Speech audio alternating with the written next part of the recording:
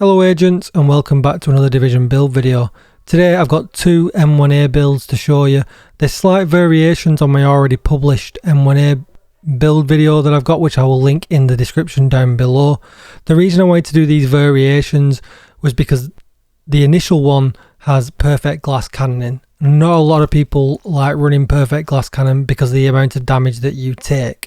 So I've got two variations that I actually sometimes run myself depending on the type of content that I'm running, and one of them is particularly useful against Black Tusk, and I actually use it in legendaries. It just makes my life a whole lot easier, and that is this one here. So we've gone with Spotter as the chess piece, and we've gone with the launcher as a specialization, and they're the main differences from my previous build. The reason we've gone with the launcher is if you go into the specialization, we get 12% damage to drones, skill proxies and robotics as a bonus. So especially, like I said, if we're running against Black Tusk content, so legendaries and heroics, makes our lives a bit easier. And we also get the laser pointer attachment that pulses enemies that we aim at, so we don't have to use pulse as a skill, we can just have that attached to our gun. And okay, we're going to be sacrificing crit hit damage or crit hit chance on the gun, but it's well worth not giving up my shield or my reviver hive as a skill. Obviously make sure you spec into rifle damage on technician as well, but then you can choose what kind of M1A you want to go with. These are definitely best in slot still right now, so if you're good at hitting heads, go with rifleman. If you are not, go with boomerang or run one of each like I do. When you go into them, make sure your third attribute is damage to target out of cover. Definitely your best in slot attribute for one of these guns. You could run damage to health or you could run damage to armor if you've not been lucky enough to get damage to target out of cover. Obviously, in that order, damage to target out of cover, damage to armor, and then damage to health is probably going to be your general priorities of which way you want to get them, but damage to health will be very, very useful in certain situations in the raid and certain situations in legendaries as well. You know, against dogs and heavies and things like that, damage to health is always going to win out on them situations. So that's why we run for damage to target out of cover, because it's best in all situations. I'm running 3-piece Providence, and I'm running 1 Seska, and then the usual hands and knees. We'll go over the hands and knees first because they're pretty much what everyone will have in most all red builds right now. So we've got the contractor's gloves. I've got critical hit damage, damage to armor and weapon damage all maxed out. The damage to armor will always come maxed out, so ideally you just need to get some that have got 2 maxed out, and you can roll your third to max and end up with a god roll. Knee pads, same again, 15% weapon damage, 8% damage to target out of cover, 12% critical hit damage. And as you can see, the 8% damage to target out of cover will always come max rolled. Moving on to the Seska holster, 15% weapon damage, 11% critical hit damage, so I'm just 1% off here with a critical hit chance mod in. We get some critical hit chance from the brand set bonus as well, because you want to be as close to 60% as possible. It's always very important when you're running an all red build to get your build as close to 60% critical hit chance as you possibly can, otherwise you're going to be losing out on damage.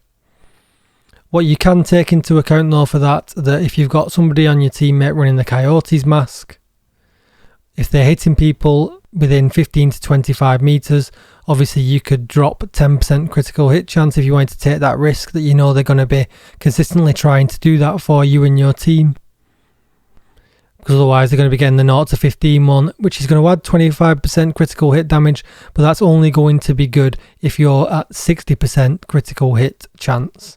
So it's up to you. You can roll with the Coyote's mask if you want to, or your team member can. Just adjust your stats using your mods accordingly. With the mask, where we all know by now, the brand set bonus on Providence is 10% headshot damage, 10% critical hit chance, and 15% critical hit damage. I've got a really well rolled one here. 15% weapon damage, 6% critical hit chance, 11% critical hit damage, and I've got a critical hit damage mod in the bottom. The chest piece, we've gone with Spotter. Now Spotter does 15% amplified damage to enemies. It's pulsed enemies, but because we're using the pointer on the gun from the launcher specialization, we don't need to worry about that. Anything we ever shoot at will always be pulsed, so that's always going to give us 15% extra damage, but that's with no risk. So whereas the sacrifice is giving us 30% with the 60% risk, this is giving us 15% at all times with no risk whatsoever. So much better for survivability. If you want to have a look at my backpack, weapon damage, critical hit chance, critical hit damage with a critical hit damage mod. I'm running vigilance because it increases total weapon damage by 25%.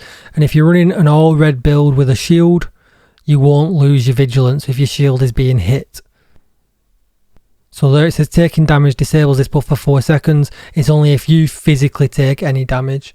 If your shield takes the damage for you, you won't lose the vigilance buff. And that's why these two are such a great combination, especially with an M1A vigilance and a shield. It's a great combination. Shield wise, you want to get as much regeneration and health on it as you possibly can. And then obviously I'm going to use the Reviver Hive. You could go and live life a little bit more dangerous if you want, and you could run a different one there. If you're standing in place a lot like you do in Legendaries, you could run the Booster Hive and give yourself a bit of extra DPS, maybe, or do something like that. Or you could run a Firefly and blind your enemies. A few options are open to you there, but if you solo like me a lot, this would be what I would run solo, especially solo time trials as well. This would be what I would be my go-to. So let's take a very quick look at my stats. So this is the gun with Rifleman.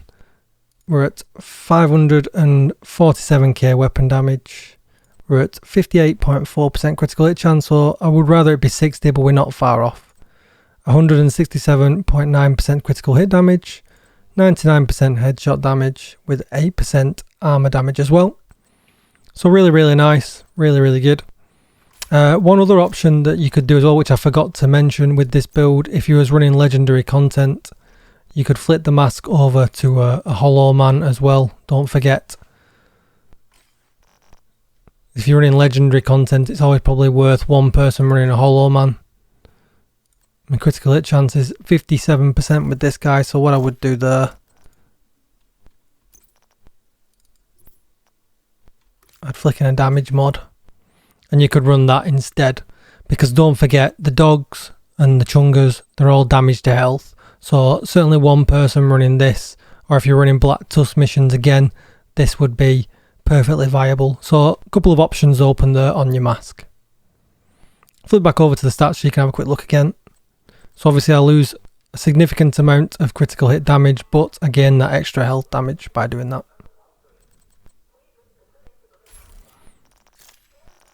All them options pretty much are the same for this build as well. I'll swap this over actually to the boomerang gun so you can see it with boomerang. I tend to run Rifleman, but I like to give people the option. And this is just running perfect focus. So if you like being zoomed in with the scope, then this would be the build for you rather than running spotter perhaps. So with perfect focus on the pristine example, you can see increases total weapon damage by 6% every second you're aiming, while scoped on an 8 times or higher, up to 60%. So obviously then what you're going to do with this one is you're going to run the digital scope that comes with the Marksman TAC 50 specialization, so you get that huge 45% damage boost if you're hitting heads. And again, that's why I would recommend using the Rifleman one, because it's all about hitting heads this way around. You need the shield, again, to go with vigilance, but pretty much the same. I'm not going to go over this one too much because all the gear is pretty much exactly the same apart from the chest piece. But as you can see, we've got a huge 50% headshot damage bonus in this build. We're 58.4% on the critical hit chance, and we're at 158.9 on critical hit damage. So still all really, really high. But if we go into the range, I'm sure you all know this already, but I'll just quickly show you. We'll use vigilance with the shield to protect ourselves. We'll make sure we use the right gun. I thought I was on that gun. There we go. As you can see, even though the shield is out, it now zooms in. But if you like playing like this, then this will be the build for you as well, because focus is probably going to provide you the most damage out of all of the talents, as long as you don't mind keeping scoped in. And what you've got to think about as well, it doesn't always disappear. So you can see the focus bar counting up a little bit at the bottom. You do have time to come out and go back in. You have about a second. So if you do need to move or make a very quick adjustment, as long as you're zooming in and out within a second, it actually keeps the focus up. It does when you reload as well, as long as you keep hold of the zoomed in button. So a couple of useful things to note there as well. But just a couple of alternative builds for you there, guys, that are not going to take that huge incoming damage from glass cannon that you could take with that. That'll keep you surviving. I know we've had the 9.1 patch recently to stop the outliers and to stop them really high impactful damage coming in from the enemies where you wouldn't expect it, and certainly where you would get killed in certain situations and not really know why. They're meant to be gone now, but I haven't played too much 9.1 yet, so I still want to throw these builds out, let you guys tell me what you think. Come and see me over on Twitch, guys. I'm live there most days, twitch.tv/DJTickle. Hit the subscribe button here on YouTube, or hit the bell notification to get notified when I upload new videos, which I do multiple times per week. And check out my links in the description below. Thanks for watching, guys, and I will see you in the next one. Bye bye.